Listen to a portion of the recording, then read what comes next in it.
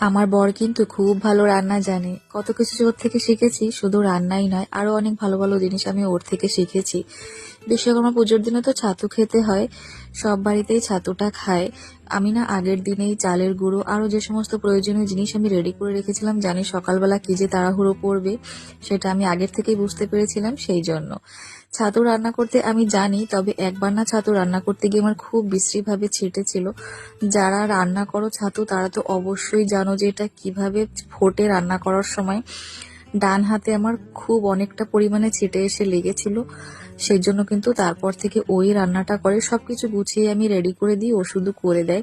আর এই সমানটা না অনেকেই কলা পাতা দিয়ে করে, তবে ওই যে টাইম ছিল না জন্য কিন্তু ও এভাবেই করলো, তাতেও কিন্তু খুব সুন্দর হয়েছিল, এটা দেখতে পাচ্ছ। আর তোমরা কারা কারা ছাতু রান্না করতে জানো বলো তো খুব ভালোভাবে? আর কে কে বিশ্বকর্মা পুজোর দিনে ছাতুটা রান্না করলে সম্ভব হলে জানিয়ে